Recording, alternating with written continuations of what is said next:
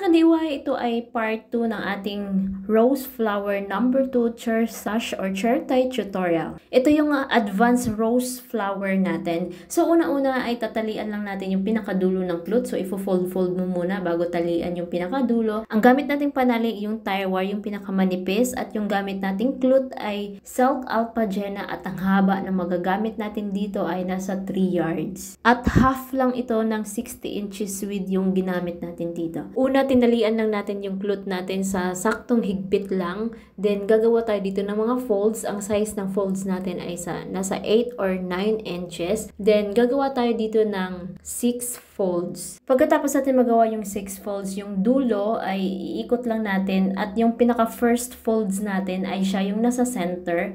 Yung dulo itatali natin sa mga tatlong folds. Ayan. So, ito na yung magiging look niya. Dahil mahaba yung cloth na ginamit ko. So, pwede mo siyang tupiin at itali yung dulo dun sa pinagtalian natin ng mga folds. Kapag saktong 3 yards lang yung gamit mong cloth, so ipapabitin nyo na lang. Kung gusto nyo naman mas maikli yung pabitin niya, so tupiin nyo na lang. Next, ito na yung magiging look niya. So, yung 5, yung nasa side to side, yung isa naman yung nasa center. So, unahin natin pagbubuka itong nasa center. So, gagawin natin siyang rose buds. So, yung pinakadulo, so iikutin mo lang, then lagyan mo ng pins. Ayan. Yung sobrang cloth niya ay ikutin mo ulit. Ayan. Then, lagyan ulit ng pins para hindi matanggal yung ating magiging rose buds. So, yung mga natirang folds ay ibubuka na natin. Ayan. So, ipazigzag-zigzag lang natin siya. Lahat ng folds na natira, ipazigzag-zigzag mo lang para bumilog yung ating flowers. Marami na rin po tayong mga video tutorial about rose flowers sa ating table skirt at backdrop. Pwede rin natin siyang gawin dito sa ating chair tie. Pagkatapos natin maibuka lahat, so ito na yung magiging look niya. Ayan. Para sa ating mga previous video na mga design, so puntahan lang yung ating YouTube channel, click playlist, at makikita mo na yung mga album. Pili ka na lang kung ano yung gusto mong panonoorin. Next, pwede